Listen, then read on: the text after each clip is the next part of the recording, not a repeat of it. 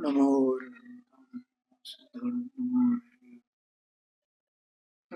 बुद्धाय निज स्वरूप को परम रस जाने भर्यो पार बंधु परमानंदमय समय सारे का।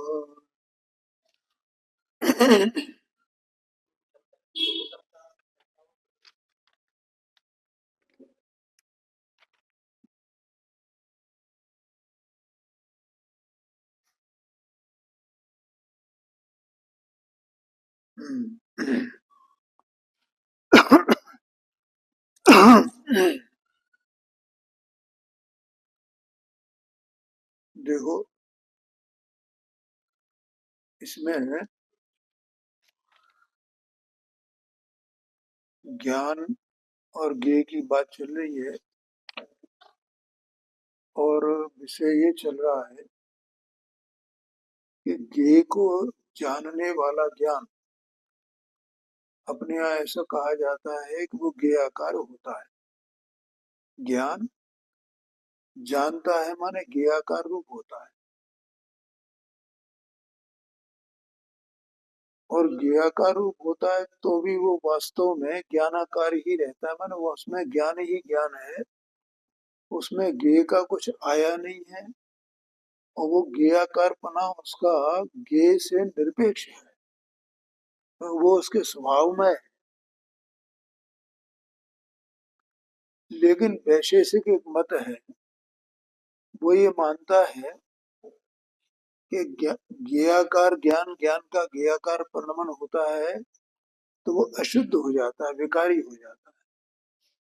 अपने यहाँ कहते हैं कि ऐसा नहीं है, ठीक है, क्योंकि हमारे यहाँ अनेकांत है,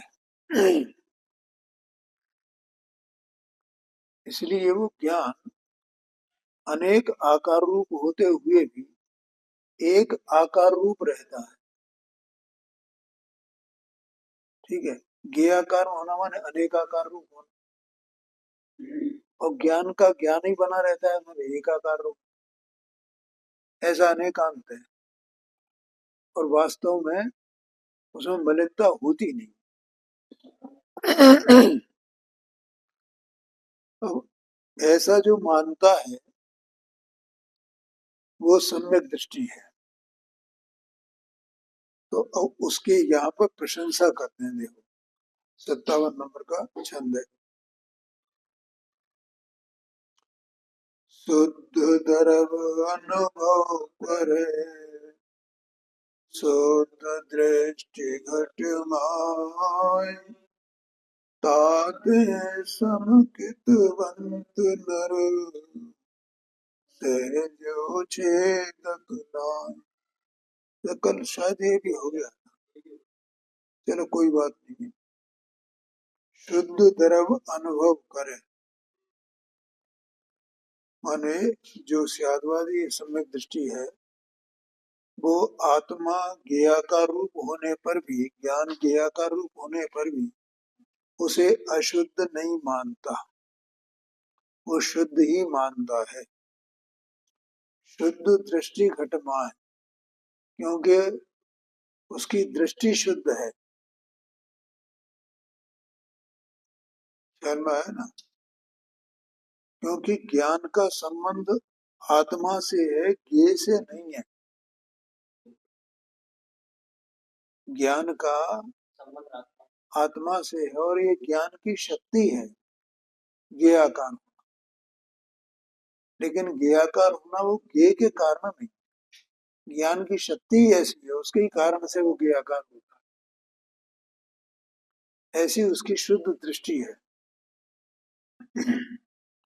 ताते समुचित बंद नर सहज उच्छेदक नाय, इसलिए जो सम्यक दृष्टि पुरुष है वो उसका निषेध नहीं करता है, और ऐसा नहीं मानता है कि वो ज्ञान में ज्ञेय को जानने से विकार हो जाता है, अनंता हो जाती है।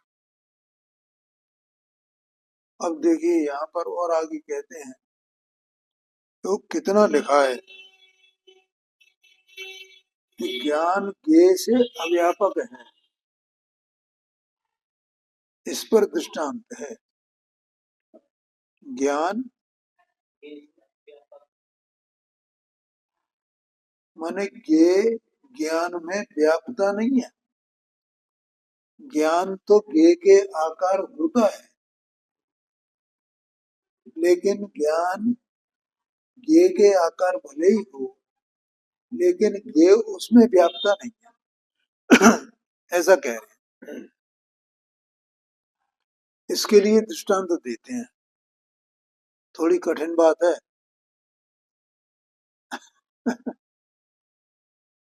क्या करें, माने ज्ञान भिन्न रहता है और ज्ञेय भिन्न रहता है। ज्ञान ज्ञेय का ज्ञान में ज्ञेय व्याप्तता नहीं है। देखो जैसे दृष्टांत के लिए अपन पहले उसमें ज्ञान में ज्ञेय व्याप है तो कैसे व्यापेगा, पहले इसको समझे अपन। 58 नंबर का कलश चल रहा है। ज्ञान ज्ञान में ज्ञेय व्याप है तो कैसे व्यापेगा, जैसे स्फटिक मणि होती है तो स्फटिक मणि के नीचे दाग लगाई तो वो स्फटिक मणि लालमा कालमा रूप हुए। तो इसका मतलब स्फटिक मणि की लालमा कालमा वो डाक की लालमा कालमा वो स्फटिक मणि में व्याप गई। ऐसा ऐसा कह सकते हैं ना। तो क्या उसी तरह से ज्ञेय ज्ञान में व्याप्ता है, या ज्ञेय के ज्ञान में व्यापे बिना ही ज्ञान ज्ञेयाकार होता है। हाँ, ये बात पता नहीं है। देखो अब यहाँ पर ये नीचे छंद है, एक कलश है, उस कलश का ये अर्थ किया है यहाँ पर छंद में, लगभग वैसे ही है।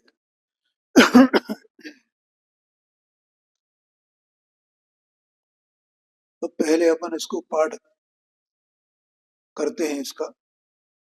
जैसे चंद किरण प्रगट भूमि श्वेत कर, भूमि सी नदी से सदा ज्योति सी रहते हैं, तैसे ज्ञान सकति प्रकाश है उपादेय, ज्ञेयकार दिशे पे न ज्ञेय को कहते हैं। शुद्ध वस्तु शुद्ध पर जाए रूप पर नव, सत्ता पर बाण माहे सुतोर रूप कव न होए सर्वथा, नेह चय अनाथ जिन वाणियों कहते हैं। देखो दृष्टांत दिया इसमें, जैसे चंद किरण प्रगट भूमि सेद करे। अमावस के दिन अंधकार होता है तो पृथ्वी को देखो तो कुछ दिखाई नहीं देगा, ठीक है। और पूर्णिमा के दिन उसकी चांदनी से वो पृथ्वी दिखाई देती है, ठीक है। तो यहाँ पे ये कहा कि जैसे चंद्रमा की चांदनी, किरण माने चांदनी समझना, वो चांदनी पृथ्वी को सफेद कर देती है, ठीक है। ऐसा लगता है ना सफेद दिख रही सफेद।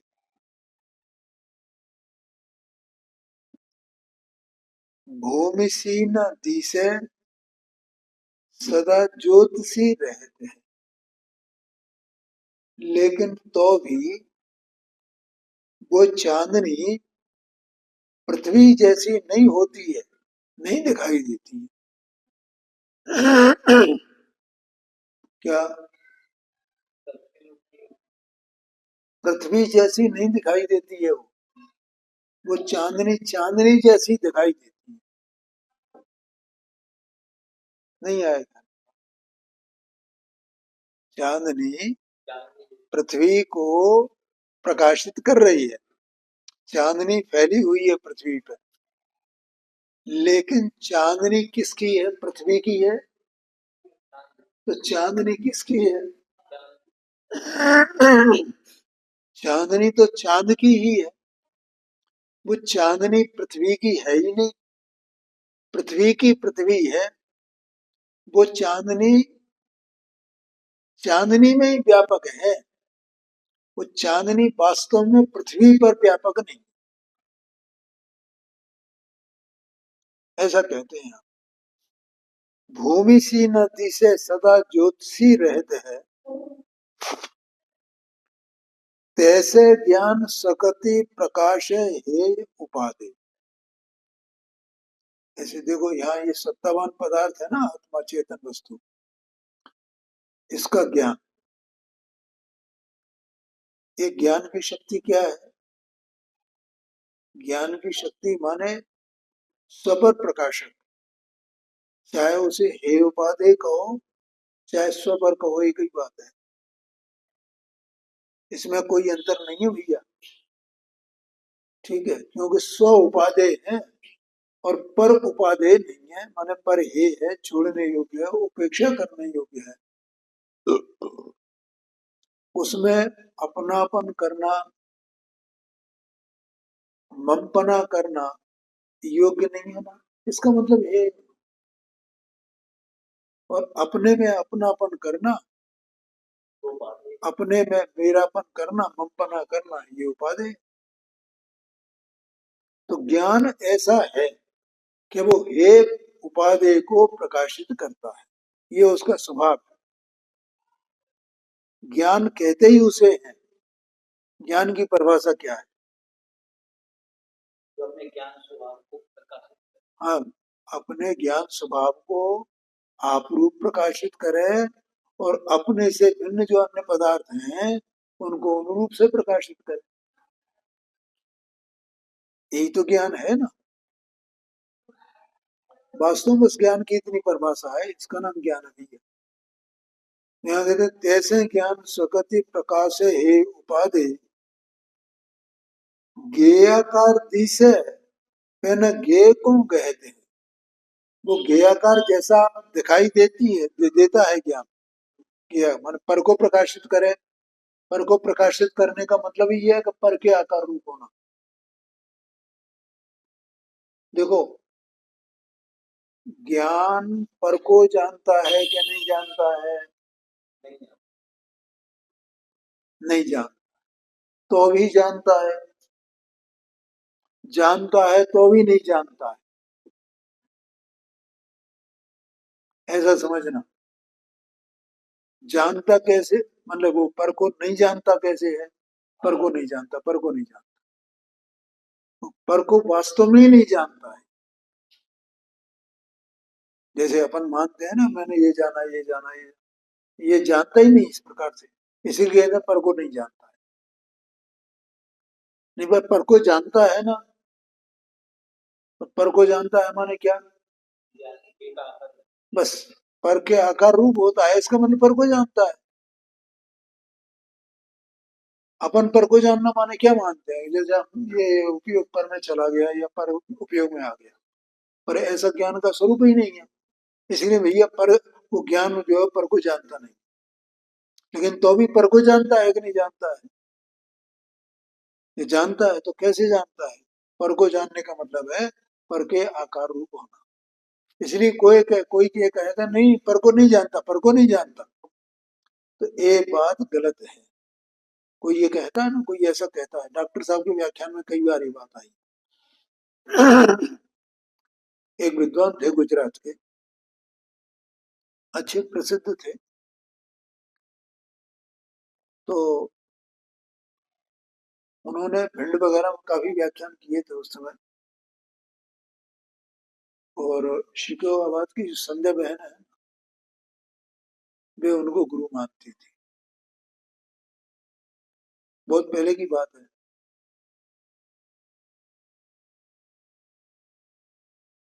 मैं समझता हूँ 35 साल पहले की बात है।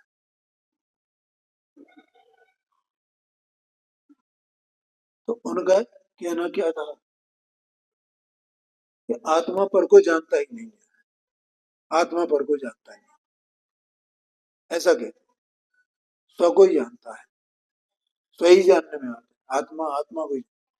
वो एक उन्होंने वो कुछ बनाया था, ऐसे पैम्पलेट जगह जगह लगाए थे, जानन हारो जनाए छे, ऐसा करके, कि जानन हार ही जानने में आता है, पर जानने में नहीं आता। ऐसा वो पैम्पलेट लगा करके उन्होंने जगह जगह चिपका है। तो मकसद है उनका कुछ भी।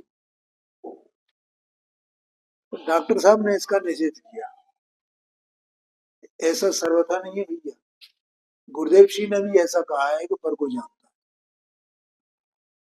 और ऐसा भी कहा पर को नहीं जानता है। अब जहां जैसे बात है वैसे समझ लेना, ये बात है। तो लोग समझते नहीं है। अच्छा, व्याख्यान करने वाले व्याख्यान कर जाते हैं और कोई दूसरा उंगली उठाता ही नहीं उन पे। ख्याल में आया ना, किसी की हिम्मत ही नहीं होती, कोई पूछता भी नहीं कि आप ऐसे ये बात क्यों कह रहे हो। ये स्थिति है, क्योंकि जितनी ऑडियंस है ना, वो बहुत भोली होती है, उनका उतना अभ्यास होता नहीं है। और ऑडियंस माने सभा, उसमें मैं समझता हूँ कि 90% लोग ऐसे होते हैं, कम से कम, और भी ज्यादा हो सकते हैं, जो नियमित स्वाध्यायी नहीं होते हैं, जिन्हें गंभीरता नहीं होती है। वे तो बस उनके पीछे पीछे भागते फिरते हैं, भैया उनको वो आए, अब उनका नाम है तो अपन भी चले गए। हम भी गए थे उस समय, वहां भिंड गए थे भैया उनका व्याख्यान सुन, ये समझ लो। 4-5 दिन उनका वहां व्याख्यान हुआ था, शिविर टाइप का लगा था 4-5 दिन का। तो इसलिए क्या है कि जो जो कोई कुछ कह रहा है वो कह रहा है बस। ये लघु तत्व स्फोट है, एक ग्रंथ छोटा सा, उसमें स्तुतियां हैं 24 तीर्थंकरों की, अमृतचंद्राचार्य स्वामी जी बनाए हुआ है वो। तो उसकी प्रस्तावना लिखी है, सिवनी वाले पंडित जी थे ना, उत्तम चंद जी, उन्होंने लिखी है उसकी प्रस्तावना। उन्होंने उसमें इस विषय को उठाया है, क्योंकि उसमें जो पुस्तक है ना, लघु तत्व स्फोट, उसमें भी इस विषय को लिया गया है।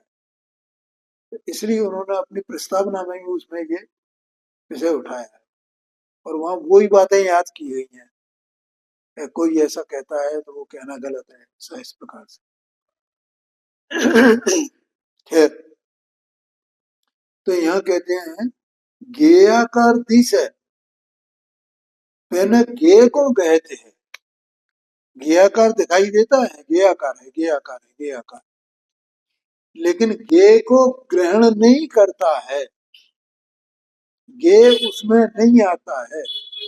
क्योंकि देखो, आत्मा का जो स्वभाव है वो तो प्रत्येक द्रव्य का ही स्वभाव है कि वो ग्रहण त्याग से रहित है।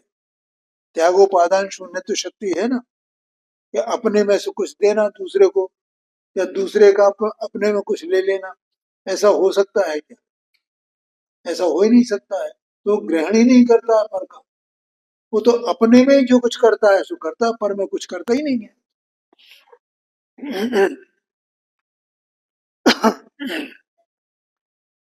शुद्ध वस्तु शुद्ध पर्याय रूप वर्णव है।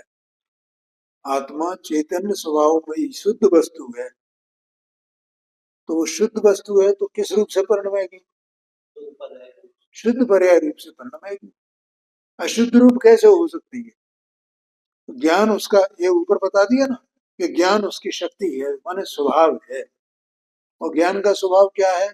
सबर प्रकाशक बना, स्वर पर के आकार रूप होना, स्वर के आकार रूप होना, स्वर के आकार, ये उसका स्वभाव है। तो वो स्वभाव शुद्ध है क्या अशुद्ध है? क्यों भैया? शुद्ध है। तो वो परिणमय का कैसा? तो वो शक्ति है, उसका स्वभाव है ना।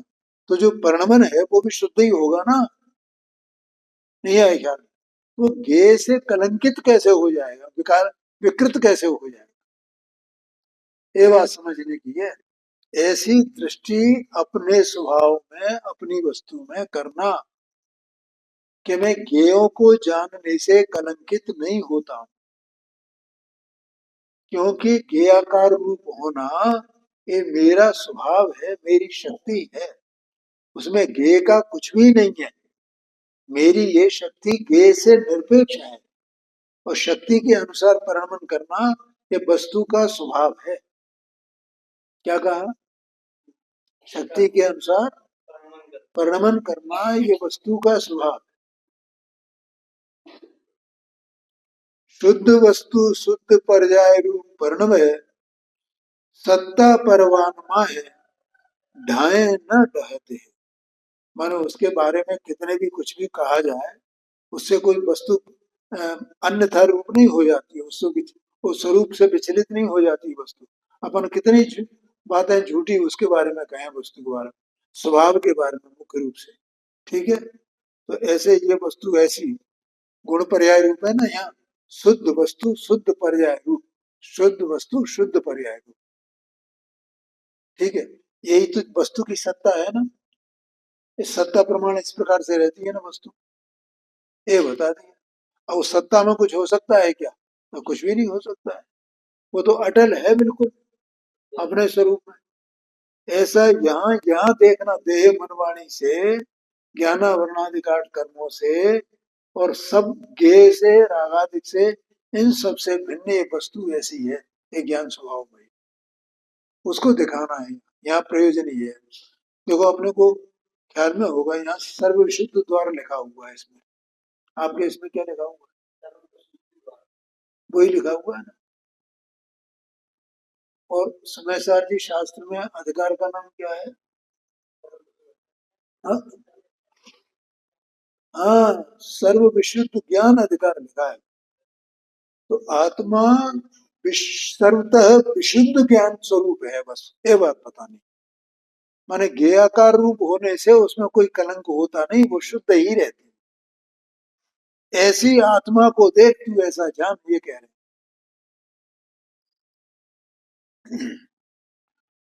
सो तो और रूप कबहू न होए सर्वथा, कभी भी ये अन्य रूप नहीं होता है।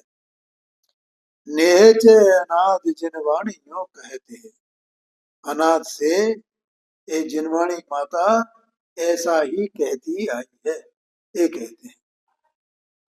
तो अर्थ है, जिस प्रकार चंद्र किरण प्रकाशित होकर धरती को सफेद कर देती है, पर धरती रूप नहीं हो जाती। माने वो सफेदी धरती की नहीं हो जाती। ठीक है, और सफेदी धरती की नहीं हो जाती है, और धरती भी सफेदी की नहीं हो जाती है। सफेदी सफेदी की रहती है, और धरती धरती की रहती है। और वो सफेदी उस धरती को प्रकाशित करने से मलिन नहीं हो जाती है। क्या कहा? हाँ, प्रकाशित करना माना धरती के आकार रूप हो गई ना, क्या नहीं हुई? हो गई। लेकिन धरती के आकार रूप होने पर भी क्या कुछ मलिनता आई उसमें? सफेदी में, उसकी चांदनी में कुछ भी मलिनता आई नहीं।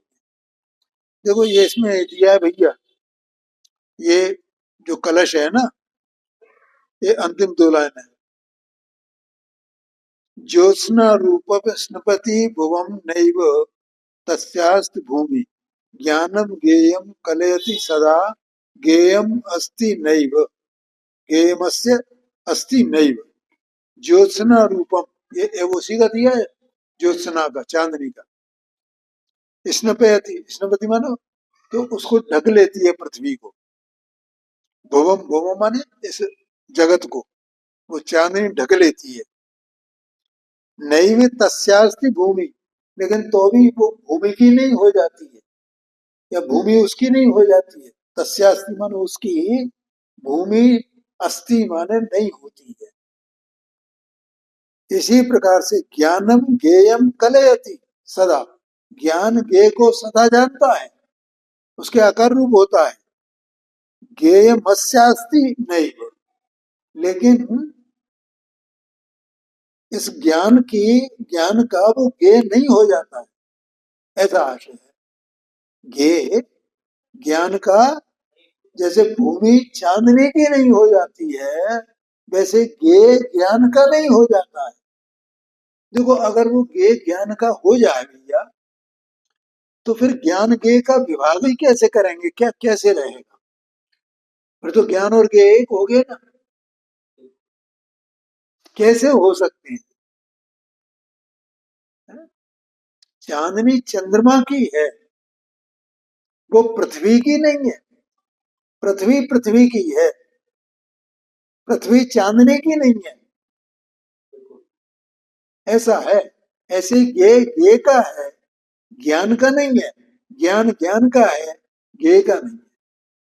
इसलिए आचार्य देवता कहते हैं कि हे जगत के जीवो, तुम ऐसा जान करके कि ज्ञान में ज्ञेय के कारण से मलिनता होती है, तुम भ्रमित नहीं होना, क्योंकि तुम्हारे ज्ञान में ज्ञेय का कुछ भी नहीं आया है, और तुम्हारा ज्ञान ज्ञेय में कुछ भी कह गया नहीं है। जो ज्ञेयाकार ज्ञान है, वो ज्ञान आत्मा का ही है, ज्ञान का ही है, वो ज्ञेय का नहीं हो गया है। और ज्ञेय ज्ञेय का ही है, वो ज्ञान का नहीं हो गया, ऐसा कहते हैं। देखो, वो मिल जाए किसी किस कोई किसी किसी में, तो भैया फिर ये कैसे रहेगा कि ये विभाग कैसे होगा, फिर जीव को सम्यक दर्शन कैसे होगा? और यही कारण है कि उनको, वो जो वैशेषिक है, उनको कभी सम्यक दर्शन होता ही नहीं, हो ही नहीं सकता है कभी, तीन कारण। जो ज्ञान को ही मलिन मानते हो, ज्ञेय पे दोषारोपण करते हो, ज्ञेय से मलिन होता है, ज्ञेय से मलिन होता है, जानने से मलिन होता है, तो फिर भैया वो कैसे जानेगा? और यहाँ तो कह दिया ना कि हे उपाधि दोनों को ही जानता है, मानस स्व पर को दोनों को ही जानता है। स्व को जान, जैसे पर को जानता है, वैसे ही स्व को भी जानता है ना। जैसे स्व को जानता है, वैसे ही पर को भी जानता है ना। तो उसमें मलिनता कैसे आ जाएगी भाई? ये बात 6 नंबर की गाथा में भी आई है, टीका में है। जैसे ये स्वज्ञ को जानता है, तो स्वज्ञ को जानते हुए कि ज्ञान मलिन होता है क्या? नहीं होता है ना। तो वैसे ही पर को, जब परज्ञ को जानते हुए मलिन क्यों होएगा?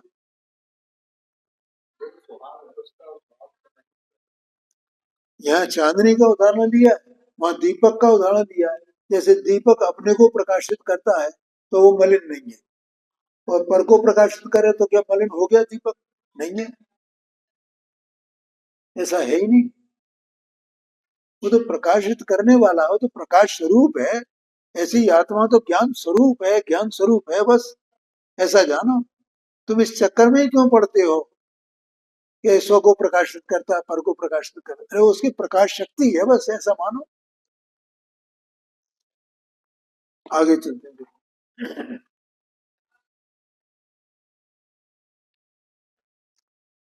अब यहाँ कहते हैं आत्म पदार्थ का यथार्थ स्वरूप।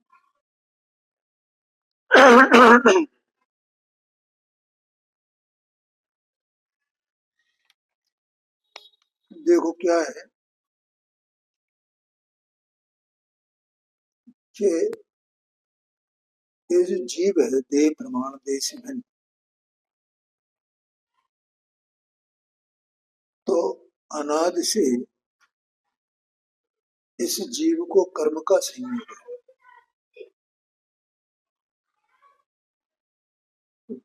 कर्म के संयोग के कारण इसकी अवस्था में विकार उत्पन्न होता है। देखो, ज्ञेय को जानने के कारण से विकृत नहीं होता है, ठीक है? तो फिर विकार कैसे होता है? कि कर्म की सत्ता मौजूद है, और कर्म की सत्ता मौजूद है तो उसका उदय होता है। उसके उदय के निमित्त से इस जीव की अवस्था में ये राग द्वेष उत्पन्न होते हैं।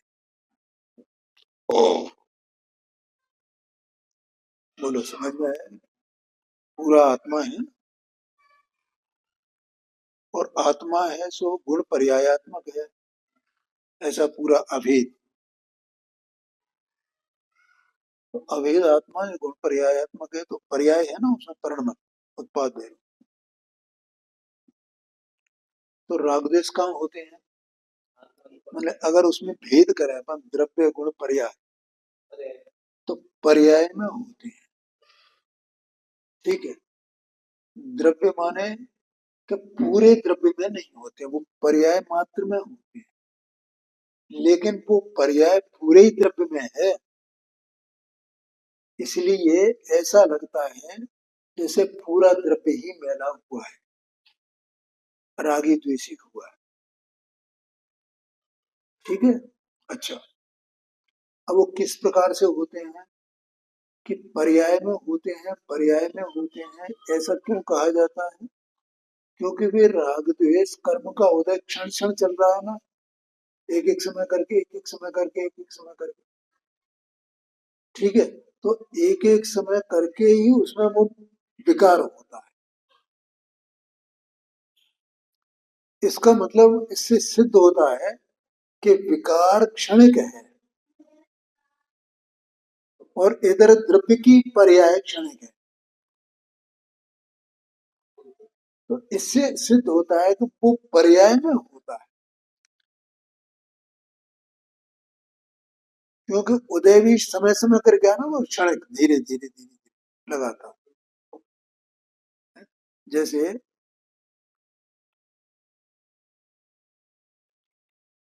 प्रोजेक्टर पर फिल्म चलती है ना, और वो सामने दीवार हो या पर्दा हो उस पर, तो उस पर वो दिखाई देती है। ठीक है, तो वो प्रोजेक्टर चल रहा है ना, चल रहा है ना, मानो वो रील घूम रही है ना, घूमती हुई रही है वो, स्थायी तो नहीं है ना, घूमती हुई है, चलती हुई। तो जैसे वो चल रही है वैसे ही वहां वो सीन अपने को दिख रहे हैं। तो वे सीन क्षणिक है ना। ऐसे ही ये कर्म का उदय क्षण क्षण आ रहा है, और जीव की अवस्था में विकार होता जा रहा है, विकार होता जा रहा है, विकार होता जा रहा है। इसलिए वो पर्याय में है, पर्याय क्षणिक है, इसलिए विकार भी क्षणिक है, स्थायी नहीं है। इसलिए जो द्रव्य का स्थायीपना है उसमें कोई अंतर नहीं आता है। बोलो, समझ में आया? अब क्या है, ये जीव अनादि से अज्ञानी है। अज्ञानी का मतलब अपने स्वरूप को नहीं जानता है कि अपना स्वरूप कैसा है, अपनी सत्ता को नहीं पहचानता है, अपने स्वरूप को नहीं पहचानता है, अपने ज्ञान स्वभाव को नहीं पहचानता है, अपने द्रव्य गुण पर्यायात्मक स्वरूप को जैसा है वैसा का वैसा नहीं जानता है कि मेरा द्रव्यपना क्या, गुणपना क्या, पर्यायपना क्या। अभी तो उसमें आया था ना कि शुद्ध द्रव्य, शुद्ध स्वभाव, शुद्ध भाव वर्ण में, तो वस्तु का स्वरूप तो ऐसा ही है। लेकिन ये ऐसा जानता नहीं है कि मैं द्रव्य से भी शुद्ध हूँ, गुण से भी शुद्ध हूँ, और पर्याय से भी शुद्ध हूँ। ये उसको कब सिद्ध हो कि मैं पर्याय से भी शुद्ध हूँ? कि जब वो पर्याय अंतर्मुख होकर के द्रव्य को देखे, तब उसे शुद्ध सिद्ध हो। क्या सिद्ध हो? कि मैं द्रव्य से भी शुद्ध, गुण से भी शुद्ध, और पर्याय से भी शुद्ध। समझ में आया? लेकिन अनाथ से इसने देखा ही नहीं। तो देख कहाँ रहा है कि ये बाहर में ही देख रहा है, बाहर में देख रहा है मतलब पर्याय में देख रहा है, और पर्याय में विकार हो रहा है। तो उस विकार को इसने ग्रहण किया हुआ, ने पकड़ा हुआ है, विकार को पकड़ के, है वो क्षणिक, लेकिन ये अनाद से ही उस विकार को ही अपना स्वरूप मानता है। ये गड़बड़ी है। अगर ये उस विकार को क्षणिक और परद्रव्यजन्य ऐसा स्वीकार कर ले, और मैं तो शुद्ध वस्तु हूँ और मेरा परिणमन भी शुद्ध होता है, ऐसा अंतर्मुख होकर के अपने स्वरूप का निर्णय कर ले, तो फिर विकार को अपना नहीं मानेगा, नहीं अपना नहीं जानेगा, नहीं विकार तो रहेगा, लेकिन विकार को अपना मानेगा नहीं, जानेगा नहीं, बस एक काम ऐसे करना है, उसकी बात यहाँ कर रहे हैं। आत्म पदार्थ का यथार्थ स्वरूप क्या है, आया समझ में क्या नहीं आया? तो अपने को इतना ही निर्णय करना है, बस एक बार ये निर्णय हो जाए, जब विकार ही अपना नहीं तो कर्म अपने कहाँ लगते हैं, क्यों कर्म तो विकार के निमित्त है, विकार ही अपना नहीं, आत्मा का नहीं, तो फिर देह कहाँ लगती है, क्योंकि आत्मा तो अरूपी वस्तु है, ये तो रूपी है, स्थूल बने दिख रहा है, और जब आत्मा अनुभव होता है ना, तब अरूपी पने का ही होता है, मैं अरूपी वस्तु हूँ। लेकिन मैं अपना जो ज्ञान स्वभाव है, दर्शन स्वभाव है, सुख स्वभाव है, वीर स्वभाव है, प्रभुत्व स्वभाव है, विभुत्व स्वभाव है, ऐसे विभावों को, ऐसी शक्तियों का उसे भान हो जाता है,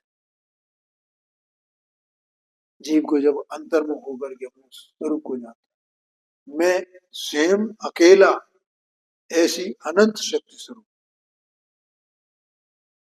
ऐसा जानता है वो। मतलब अनुभव में ऐसा नहीं, चाहे कोई कहते भाई ठीक है, हम तो, हमें तो आत्मा का अनुभव हो गया, हमें तो आत्मा का अनुभव हो गया, तो ऐसा इतना नहीं है कि आत्मा का अनुभव हो गया, आत्मा ऐसा हो गया, आत्मा शब्द है, आत्मा शब्द है, इतना इतना नहीं मानता, ऐसा समझना। और इसी के बल पर उसे जोर आता है आत्मा का,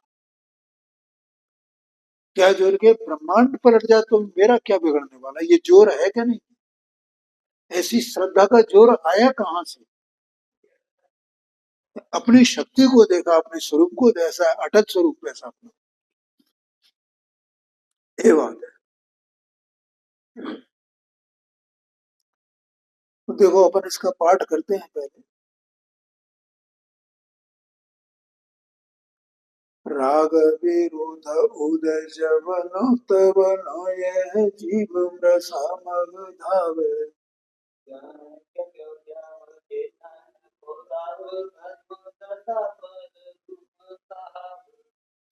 कर्म विवेच करे अनुभव तहाँ, मोह मिथ्यात प्रवेश न पावे।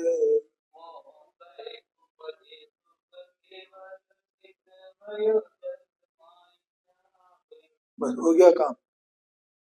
तो क्या कहा, विरोध का मतलब होता है द्वेष, राग द्वेष उदय जब लो, जब तक राग द्वेष का उदय है, तब लो यह जीव मृषा मग धावे, तब तक इसको मिथ्यात्व रहता है, यूं समझो। मृषा माने झूठ, झूठे मार्ग में पड़ा हुआ, उन मार्ग में पड़ा हुआ है, झूठा मार्ग, उन मार्ग,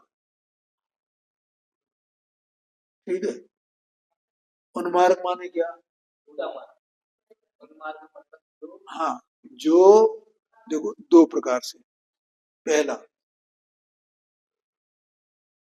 जो आप नहीं है उसे आप जानना, आप मानना,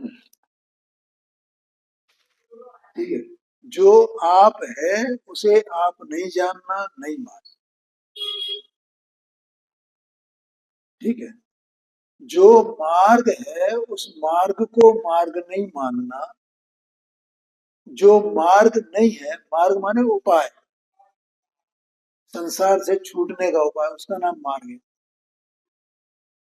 जो मार्ग नहीं है उसे मार्ग मानना, और जो मार्ग है उसे मार्ग नहीं मानना, आया ना ख्याल? जैसा वस्तु का स्वरूप है वैसा नहीं मानना, नहीं जानना, जैसा स्वरूप नहीं है वैसा जानना, वैसा मानना, ये मृषा मग है, झूठा मार्ग। देखो कैसे, एक तो ये देह जड़ है, चेतन है, तो भी ये अपने को मानता है ये मैं देह वाला हूं, ठीक है।